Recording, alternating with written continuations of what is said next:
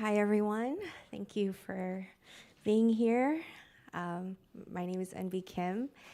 I'm a pianist and host of It Feels Like, a 4-night event series that's coming to a close tonight, but I've been so lucky to be able to curate and create this series as part of my artist residency here at the Greene Space. And thank you all for being here tonight. So, thank you. The piece you just heard is called Saturn Years by Sofia Yani, who is also here and going to join us in a sec. Each night in this series has a special theme based on music, inspired by music from my album of the same name, It Feels Like. And this piece was inspired by my Saturn return. And we have an astrologer, Jonathan Ko, aka Nate Chi, who's going to explain to us what Saturn return is and how to navigate the chaos that comes with Saturn return. And not just Saturn return, but any part of life, any difficult transition one might come across, and how to kind of move through it, not around it, but move through the chaos and come out the other side. So, and I also have a wonderful guest, my good friend Gina Izo, who's an electronic flutist, who's going to perform for us too. So, first, I'd like to welcome Jonathan Ko, aka Nate Chi, and composer Sofia Yani.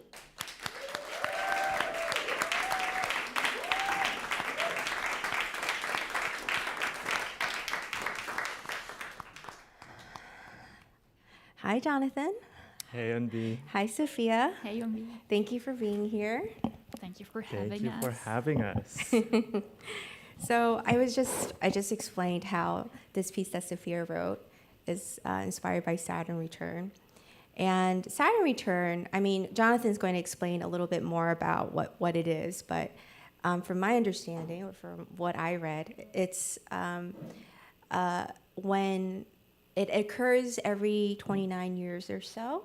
If you're lucky, you experience it 3 times in a lifetime. And usually you go through some major changes during that time. And usually big upheaval and life changes and transitions and lots of chaos. I think personally for me, my Saturn return, approaching Saturn return, it was quite chaotic. It was quite chaotic. And that's when a theater director I was working with said, "Oh, this is because of Saturn return." And so I quickly Googled it and I saw, oh, that makes a lot of sense. And largely, I think my Saturn return was marked by, or that beginning was, I was very, very, very unhappy. And I felt very stuck. And I knew that I needed to make some changes, but I didn't know what those changes had to be. So I was in sort of a very low place. And Saturn return, it typically lasts around three years, but you start noticing changes approaching Saturn return, from my understanding. Correct. But Jonathan, why don't you explain to us what Saturn return is as an astrologer? Sure. So astrology really is a study of cycles, right? Astrology understands that life moves in phases, in cycles, and the moment that a cycle complete, another one begins, right? So Saturn as a planet has an orbit of about 29 years, as you mentioned, Eunbi. So you can kind of do the math, right? Between the ages of 27 to 31 is when one has one's first Saturn return, and then from 56 to 60 is the second. And then the third one usually happens, if you're lucky enough, between the ages of 84 to 90. And so the planet Saturn in astrology, this is totally a deep dive, right? But I'm just going to kind of pick a few different keywords that I think would be relevant. Speaks to things like foundation, like who we are at our core. Speaks to structure, like what kind of structure we have put in our lives, the activities, the habits, the relationships that we have engaged with in order to express our foundation, as well as legacy, right? So things like, what do I want to leave behind? You know, Saturn is a planet often associated with mortality, right? So, you know, perhaps not so much in one's first Saturn return these days, you know, but when we look at the ancients, people certainly did not live until they were very old. But you know, I would say that the first Saturn return, right, the ages of 27 to 31, it's kind of the passageway between childhood to adulthood. Mm-hmm. And then from 56 to 60, that's someone's second Saturn return, speaks more maybe to a sense of building one's legacy and kind of moving from adulthood into elderhood, right? Like, what do I want to leave behind in this world? Are the structures that I currently have conducive to the next part of my life? Because there's still so much life after one second Saturn return. And then the third Saturn return is maybe preparing for that ascension. So, yeah. Mm-hmm. And would you say that usually these are marked by times of chaos? It can be. I think it really depends on how solid one's structure is, but oftentimes, you know, especially one's first Saturn return, the ones that we just kind of, and Sofia too, this just graduated from, I would say yes, because a lot of the times, what I've observed from my own life and the life of my friends, the lives of people that come to me for astrology readings, is that there's a bit of a dissonance, right, between who a lot of us have been told we need to be or who we are and who we want to be. And so that creates a friction, and it can feel like a lot of stuckness and kind of like what you were talking about earlier, and be like this lack of ease. It feels like we're trying to build something that we are not quite there yet, like we haven't quite figured out how to do. And so, yeah, it can be really challenging. Mm-hmm. Absolutely. And later we're going to talk more about how to navigate that chaos, right? And using through the lens of astrology. Sure. But Sofia, how do these ideas relate to the piece you wrote? Before I started writing the piece, before I started the composition process, Eunbi and I had a long conversation via Zoom because it was during the pandemic.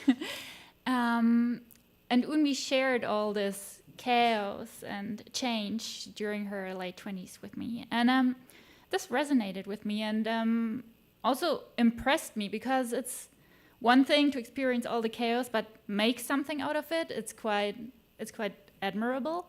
So I thought it's quite interesting, because if you encounter all this chaos, at one point you have to work with it, you have to work through it. So there must also be those moments of acceptance and introspection and reflection.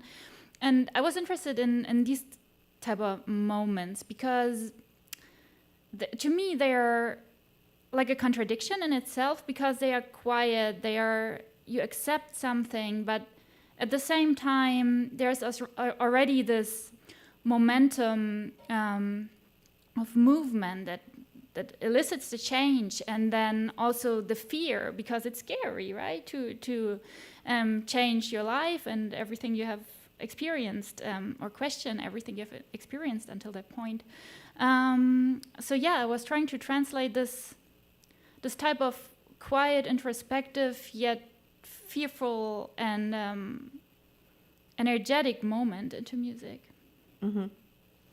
Beautiful. Jonathan, do you want to tell us about the song you're going to perform for us? Sure. Oh, so Jonathan is an astrologer and also a singer-songwriter. and they are going to sing us something related to Saturn Return. Can you tell us more? Yes. So the song that I'm going to be performing tonight is called Saturn Return, which I wrote during my Saturn Return. Surprise, surprise. And it's really speaking to, well, currently I'm writing an album. I don't know, maybe it's going to be an album or just a bunch of songs, but essentially this one is really kind of came in a little later in my Saturn Return. And I feel like that also kind of speaks to the nature of Saturn which is, you kind of have to maybe let the dust settle a little bit before you can try to make sense of it. And really, the song is about that transition, right? From being who you are into who you want to become, and having to leave some things, maybe leaving certain relationships or leaving certain career path, which happens a lot during one Saturn return, myself included. Yeah, tell us more, because we met at Manhattan School of Music. Yeah, that's right. That's right. We met at Manhattan School of Music, and I was studying classical piano. And towards the end of that time, so this was way before my Saturn return, right? I kind of realized that maybe doing classical piano is not really my thing. And I really wanted to write my own stuff. But I've always wanted to be a singer-songwriter all my life, but I don't think I quite had the audacity to be like, you know what, I'm gonna go up there and sing, because that was scary. And so during my Saturn return, I took piano or voice lessons, and I wrote a bunch of songs, and I actually released an album too during my Saturn return. remember, it's a really great album. Yeah. And I think, it's interesting. I created, the piece that I play a lot, it's called It Feels Like a Mountain Chasing Me. I performed it just this past Tuesday, and written by Daniel Bernard Romain. That piece was written right at the beginning of my Saturn return, and it really kind of changed the course of where I was going in music, Right. and what I was interested in within music, because the piece talked a lot about my parents, which is what was a huge part of my experience in Saturn return. It was forgiving my parents and building a different kind of relationship with them. So I think that was definitely the starting point towards navigating a lot of the chaos. Actually, a lot of the chaos started making more sense after I was able to do that with my parents. Yeah. And then this piece with Daniel was born. And then I started working with different composers, and the album that's coming out, it feels like it sort of serves as like a time capsule of that time, of all the different experiences that came forth afterwards. Yeah. So I think, it's interesting what can come out from those experiences during that time. Totally. And I really I want to point out a few things that you said there, because I feel like this is so beautifully related to the themes of Saturn. One of the things you mentioned was about forgiving your parents. And I feel like that is a huge part of a lot of people's first Saturn return, especially when you grow up with a lot of trauma or parents who are traumatized. And you kind of have to deal with that, right? And heal from that. And it can, as we know, it can be quite expensive to deal with trauma. And also, Saturn speaks to tradition. Saturn speaks to where we come from. So in some ways, I think you so beautifully mentioned this state of kind of having to reconcile with where you come from.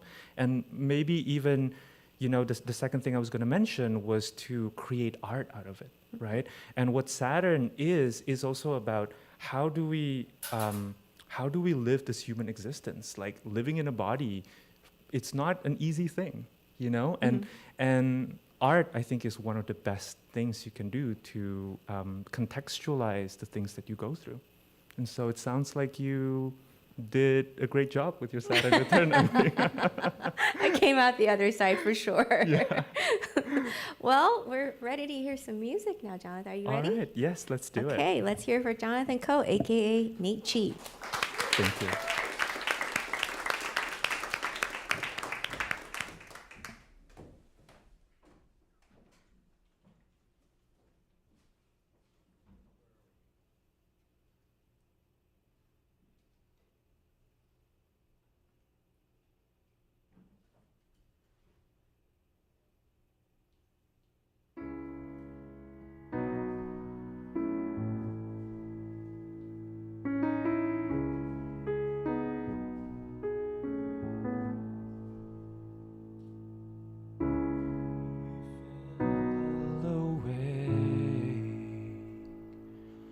To a dream we never never chose.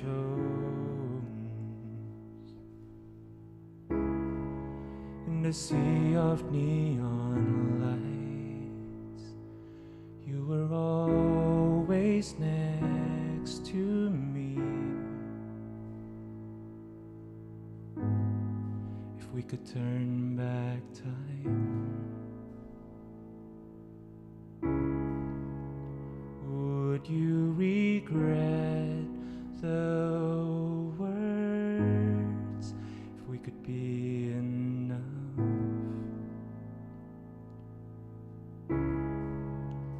would you return? And if I lose you, will there ever be another who can love me the way that you do? Would I regret all the times I wish that you could see me in a different way that you do? Will you stay here if I show you all of me? Between the words, I can hear you call my name. The moon and the stars, still I dream of dragonflies. If we could turn back time,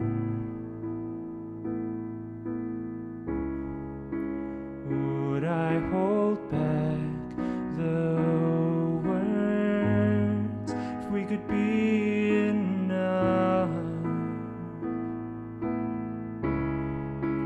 would we return? And if I lose you, will there ever be another who can love me the way that you do? Would I regret all the times I wish that you could see me in a different way that you do? Will you stay here if I show you all of me?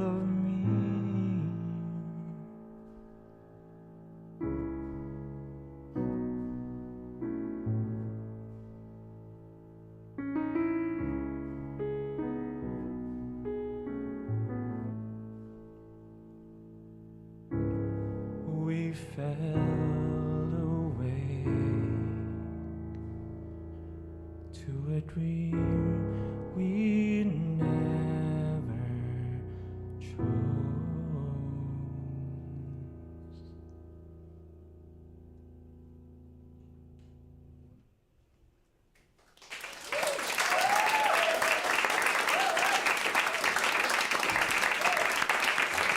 Beautiful. Now we're going to hear from some kids on their thoughts about the future.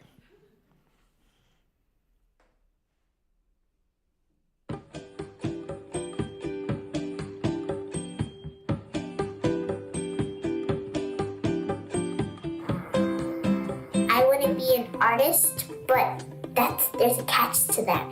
Art can be like a performing art, or it can be art as in like painting and stuff like that. Which do you want to do? Art. Contortionist. They work in circuses, and they do all this amazing stuff with their bodies. I want to be someone who sells coffee and sweets.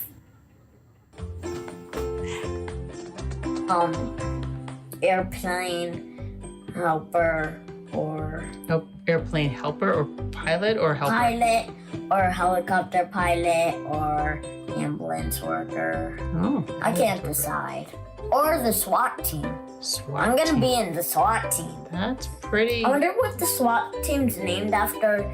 It sounds like swatting things because it's called the SWAT team. Do you have any interest in being an artist when you grow up? No? Okay.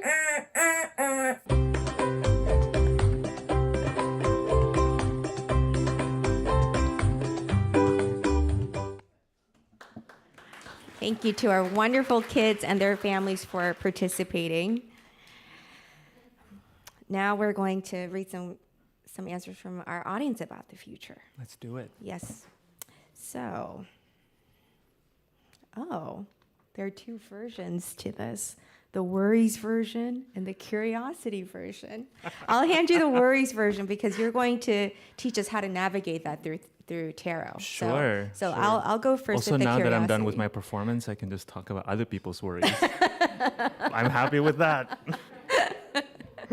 Yes, there's a reason why I always, for every night of the series, I've always opened with the performance and then chat. No, we can laugh. Yes. When I think about the future, I wonder about, that was the prompt. When I think about the future, I wonder about what my soon-to-be-born daughter will be like. I didn't write this one, but I could have written this one. When you and I had a reading a month ago, that was my big question. So if you can't tell, I'm six months pregnant. I think you can tell. I'm 6 months pregnant. I'm expecting a daughter. So I would say that's my big thing in the future. But somebody else in the audience also has that same curiosity. Can I ask who wrote that? Well, anyway, okay, that's okay. That's okay.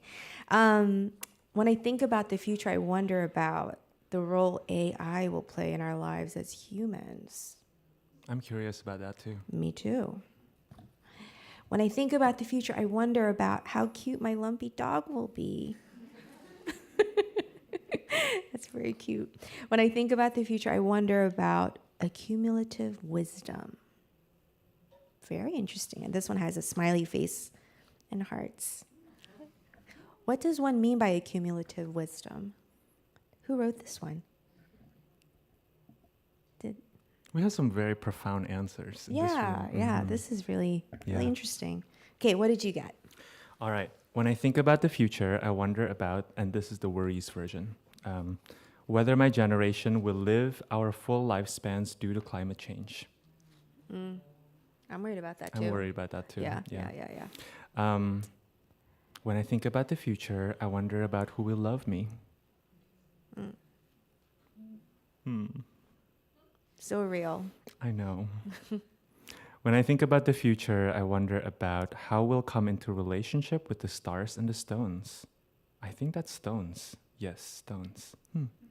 What does that mean? How we'll come into relationship with stars and stones? I feel like I know it on a feeling sense. I'm not sure if I know it with my brain, but I can feel that answer. I feel it too. Yeah. I feel like I'm going to write a song about that. Yeah. Amber's like, yeah. When I think about the future, I wonder about what we leave for the next generations. Legacy. Saturn's here, I'm telling you. Yes. Right? Yes. Yeah. Actually, I don't know. Should I launch into that? It's just so funny because when Eunbi, Sofia, and I met in the green room, we didn't plan it, but all of us were wearing black, which is true. Saturn's color. So Saturn's for sure here. It's true. Well, I think one aspect of chaos to me, or at least my experience of it, is being very uncertain about the future, Yeah, right? for sure. And I think my understanding is that a lot of people look to astrology to get answers about their future. Would you say that's accurate? I would say so. And, you know, whether people actually get answers or not is another question altogether from astrology. But I would say, I would say that's probably true. I mean, that was certainly my experience. Like, I came into astrology because I was, I had a few different run-ins with astrology throughout my life. But really, I started studying astrology very seriously during my Saturn return because I kind of had, your experience and be of like, what the expletive is happening here, It's Yes. like, what is going on? And I think the thing about Saturn return, it's always like Saturn return or Mercury retrograde that people talk about. Oh, right. You know? Explain to us what Mercury retrograde is. Yeah, well, I only pretend to know when people say that things are happening because of Mercury retrograde. But what really is it? Well, Mercury retrograde, how do I start this? So essentially, right, each planet have their orbits around the sun, Yeah. right? We know that from science class, I don't know, 3rd grade maybe. And essentially, different planets have different speeds, right, when they're orbiting through the sun. So when Mercury is going at a pace that's slower than the Earth, I believe that's correct, then it will look like Mercury is going backwards. So when we are looking from the perspective of Earth, right, it will look like Mercury is going backwards in the belt of the sky. So that's essentially what it is. What it is. That's what it is. And everyone blames their problems on Mercury retrograde. Why? Pretty much. Well, I think, it's interesting, right? I mean, to me, a part of astrology too. So maybe we should talk a little bit. I'll just give a 2-sentence definition of what I think astrology is. Please do. Yeah. Please do. Because So- I think people generally have some kind of idea about what astrology is, but Yes. it's much more than that. It's not just about trying to predict your future. Correct. And also, yeah. I would say too that, within the astrological community, different people have different answers. And Okay. so I do not proclaim to know everything about astrology, but this is just what I've learned so far, which is that I think astrology is a philosophical framework that is rooted in the tradition of correlating the action that's going on in the sky and what's going on in human affairs, right? And I, the focus here is on the word correlation rather than causation, because a lot of people think Saturn causes this or Saturn causes that, right? But the kind of astrology that I practice thinks about it kind of like in terms of like a dictionary, right? Or like think about it as like the time of day, When it's nighttime, then yes, you can go out for dinner, because that's literally the definition of having dinner, right? Like having food at night. So like Saturn return to me, or talking about astrology in general, is more about like these are the markers of time, and this is how we can describe time in terms of kind of the mythopoetics of the quality of time. Is that landing? How is that? I get it. Okay. Yeah, I good, get it. Good. So I feel like I didn't really answer your question though. What was your question? I forget, but what Oh, you said about was Mercury very retrograde. interesting. Oh, Yeah. yeah. You answered about the Mercury retrograde, right? So- and so it's not your sort of stance on it is not about causation, just the correlation. Yeah. Yeah, and I- just the markers of time. Correct. And I think, we can also kind of use it the other way around too, right? Like if we know that it's 5 p.m., then it's time to get out of the office, I mean, there's no, like nobody telling you have to get out of the office, but you kind of want to get out of the office at 5 p.m. So I think astrology is kind of like that too. Like you can think of Mercury retrograde as maybe, Mercury is a planet that is correlated with our thinking mind, the way we communicate with each other, and technology. And so, one thing that people like to blame Mercury retrograde on is when their computers don't work or communications go haywire. So I would say, Mercury retrograde is a good time to kind of slow down. It's just a reminder that, okay, maybe this is a time for some reason our ancient ancestors, figured out that this time has to do with communication kind of going haywire. So maybe let's just take it slow a little bit, So, yeah. All right. Well, why don't you now show us how we could do a self-tarot reading? Sure. Okay. So this is totally a left turn, right? Because tarot and astrology are not the same. They're And not? They are not. They are two separate studies, right? Whoops. And so, I thought they were the same. so a lot of I've been people talking about it as the same. as the same thing. Yeah, They're and the very show, different. I was thinking they were the same sort of, and they're in the same category, no? Well, a lot of people think that, right? But I think, first of all, with astrology, you are working with the placement of the planets. Okay. right? Whereas with tarot, you are working with a particular system, like a way of organizing different symbols and kind of putting them together. So let me talk a little bit maybe about what tarot is. Is that okay? Sure. Yeah. So tarot is a system of 78 cards. And these cards have different symbols on them, have different names Right. on them. And basically, they're divided into two categories. One is called the major arcana, and the other one is called minor arcana. So without going super deep into it, I'm just going to say that the word arcana means secret, right? And so I like to think of working with tarot cards as accessing that realm of secret knowledge that maybe we're either too busy to Or listen to. chaotic? Yeah. There is, I think, inherent chaos in tarot, right? Because like Okay. when you shuffle a card, Yeah. that is kind of chaotic, right? And you don't know which one you're gonna get. Like there is an element of randomness and chance inherent in working with the tarot. So I would say, it's really about kind of slowing down. And also what I should mention is, just gonna show really quickly.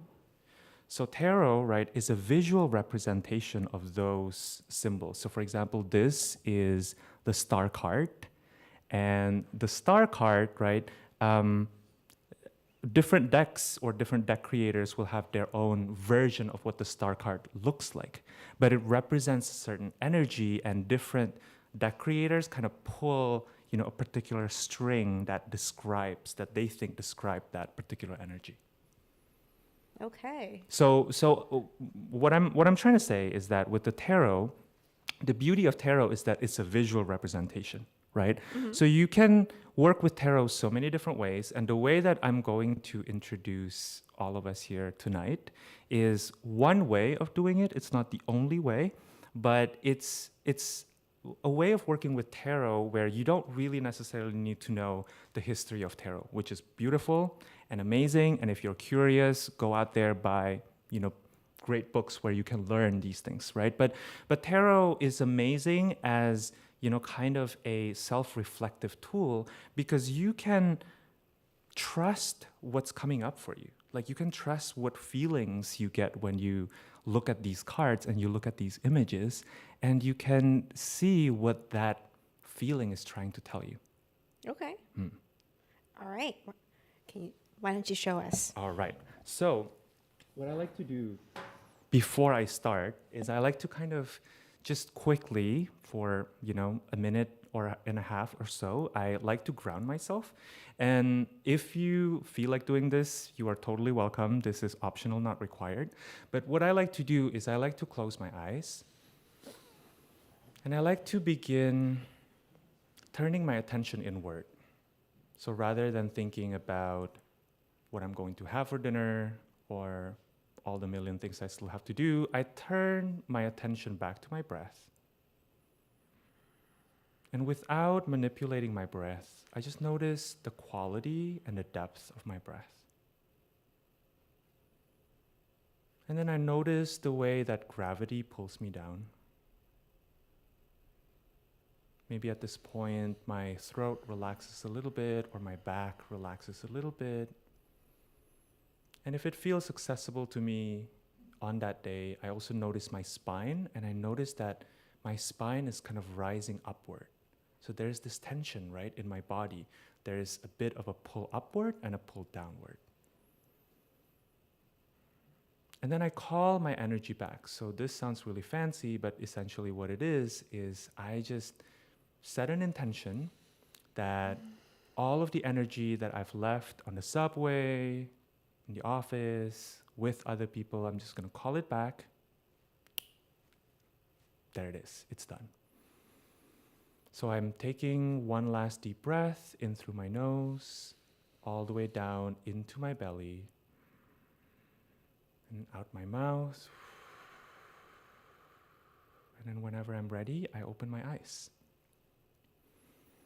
And then I go into my tarot deck, and then I shuffle them. So for tonight, I figure it would be fun, Eunbi, if we just do a very quick tarot reading. And the theme that we were working with is the future and chaos. Which one do you kind of want to talk about or dial more into? Chaos or future? Let's do chaos. Let's do chaos. Yes, Yeah, let's do I'm feeling chaos. chaos too. Yes. Okay. So what Yeah, I like to do is I like to do a 3-card spread of the first card is going to be what I didn't know about chaos, and then what I do know about chaos, and what I need to know about chaos. So here what I'm going to do is I'm just going to shuffle, right? And usually while shuffling, I also try to feel my feet. I know that a lot of you are sitting on very high chairs, so probably you can't feel your feet. That's okay. Just feeling into your connection to the earth, remembering that you are here on earth and not on the moon. And then I just pull 3 cards randomly.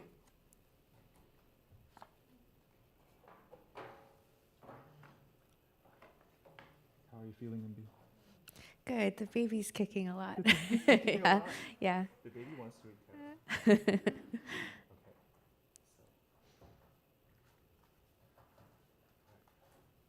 Put myself into a little pickle there. So, in the position of what I didn't know or what we didn't know about chaos, what we get is 9 of air.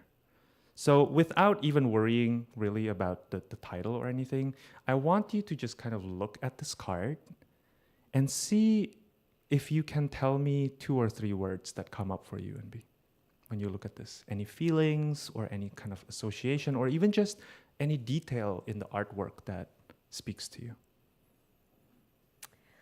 I notice the person is looking outward, and I notice the flowers. Okay, thank you. So this is really interesting, right? Because how I would probably interpret it if you were getting a reading with me is that, you know, the thing about chaos, right, is that thing about looking outwards probably has to do with us looking at authority outside of ourselves, right? We didn't realize that we have agency in that moment, right? In moments of chaos, we often think, oh my God, I'm a victim, or situations could have been better, but maybe there are little things you can do to kind of care for yourself, right? That is within your power to do, you know. And you also mentioned the flowers, which is really interesting because that to me is kind of like, you can see that the woman here is looking, you know, to one direction, and then the flowers are kind of in the other direction. So the woman didn't really have access to the flower, but maybe all she had to do was turn around, right, and look at the flowers, and then kind of get, okay, you know. That's how I would interpret that card for chaos. And by the way, this is the Rosebud Tarot, which is the artwork is by Amanda Stillwell, and the guidebook is by one of my teachers, Diana Rose Harper. So beautiful deck. And then what we do know about chaos. So we got 4 of water, or 4 of cups, and I'm curious what you see here, Eunbi. Well, I immediately noticed the blue moon. So what does a blue moon conjure up for you? What kind of feelings? The song Blue Moon. The song Blue Moon. Blue Moon. Yeah, that song. I love that. Yeah, so interesting. Like for me, when I look at this card, right, and I think about the blue moon, what comes up is this idea of, like, maybe what we do know about chaos is that it's something that is kind of rare, right? Like one can't really live in a constant state of chaos. Like you kind of maybe go in and out of chaos, and maybe it's more like a once in a blue moon kind of situation, right? So maybe remembering that this is not a permanent state, you know, and maybe we already kind of know that is going to be helpful. And then really quickly, the third card is what we need to know about chaos. What do you notice here? Oh, the beautiful like landscape of the dusk. This is dusk, right? No, not dusk. Like sunset. Sunset, yes. I love that.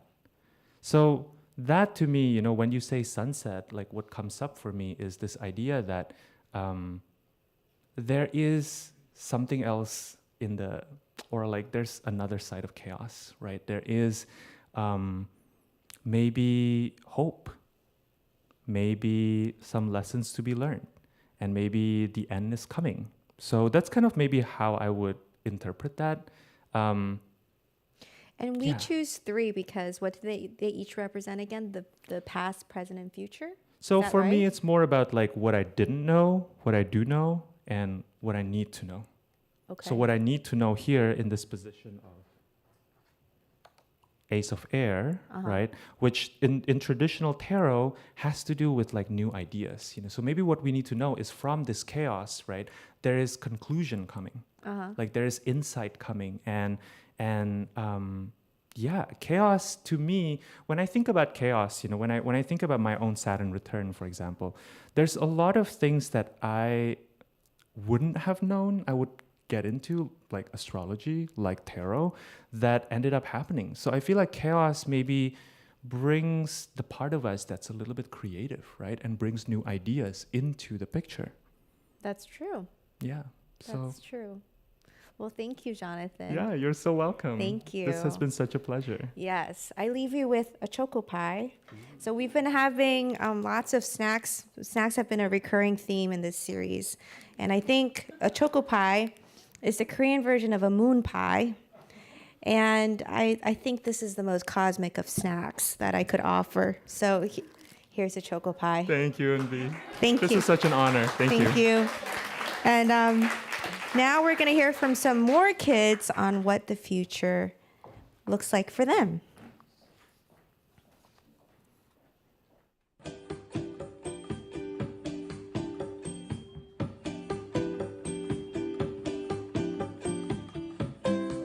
What do you think the world will be like in the future?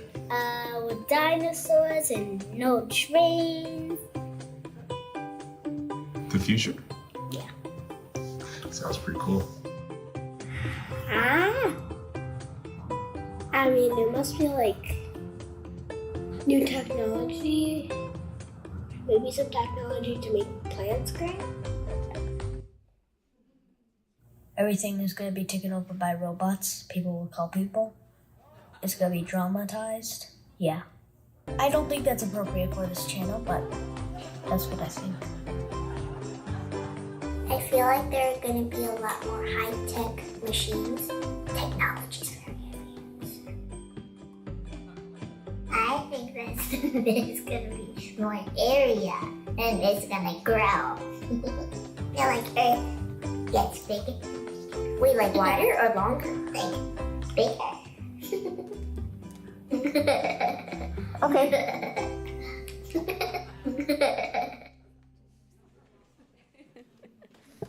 Thank you to our kids again, our wonderful expert kids and their families for participating.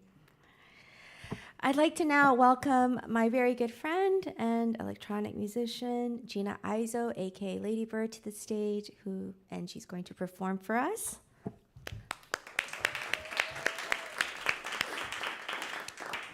Hi everyone, and a big thank you to Eunbi and to Jonathan. And I must say, after listening to this conversation, that everybody wants to get out at 5 p.m. and we cannot blame Mercury retrograde for that. So here we are. But I do want to introduce my piece, and I can already hear it like echoing in my background, which is a great thing. The piece is called Into What Is Wanted, and we as individuals in thinking about chaos, I specifically was talking with Eunbi about this piece because I think we all interpret this in different ways. And I think that this piece is, for me, one in which, when I was thinking about it, a lot of ruminating decisions and thoughts were going through my head.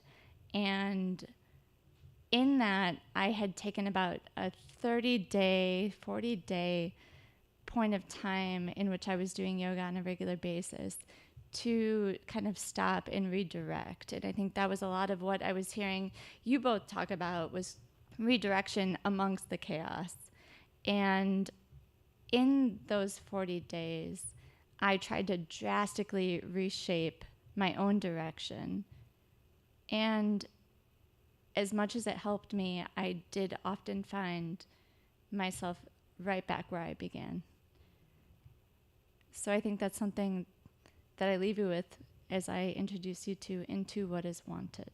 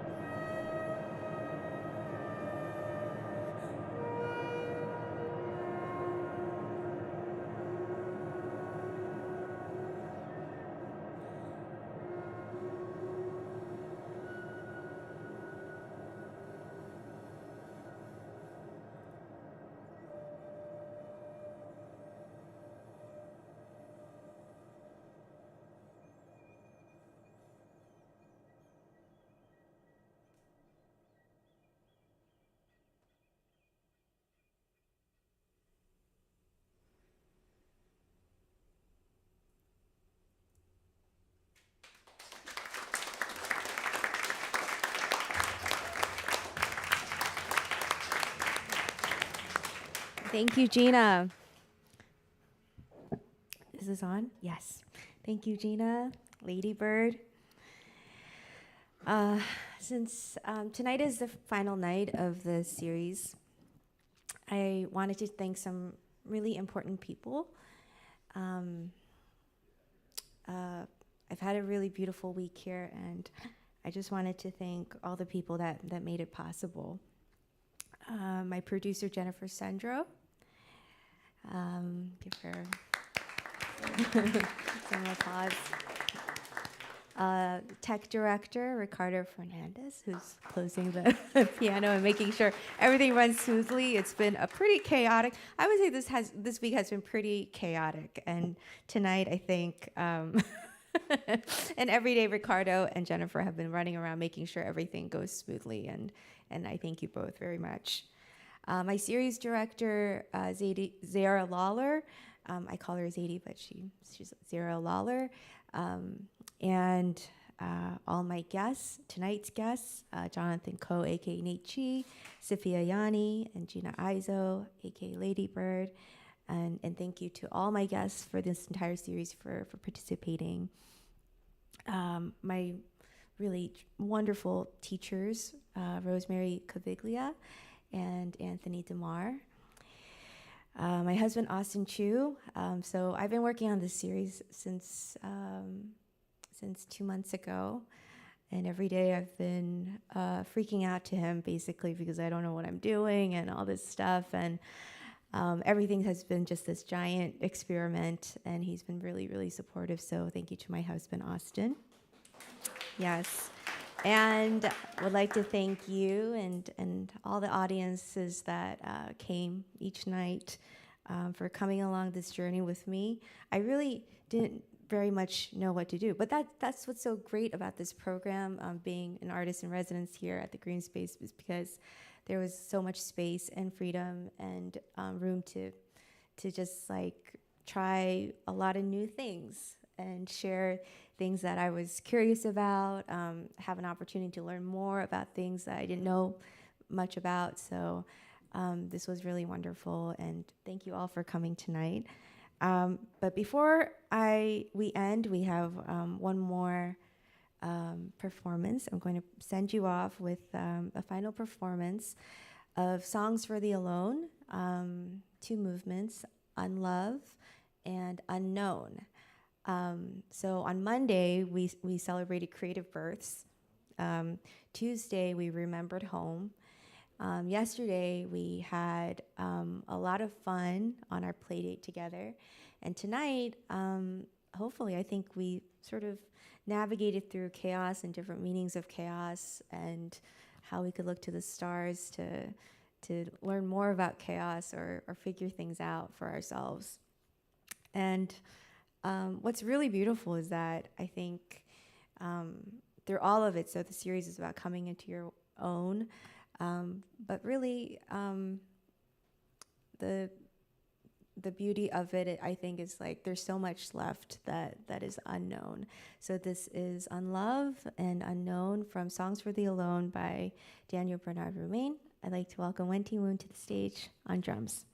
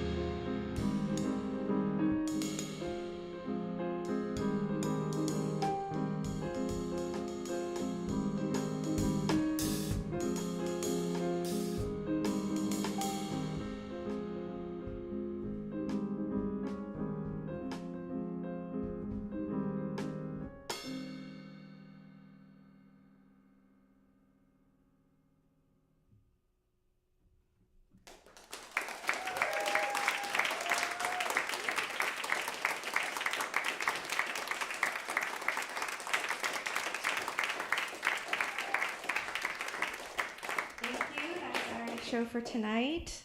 We have choco pies for everyone, so please grab one. And thank you. Have a good night.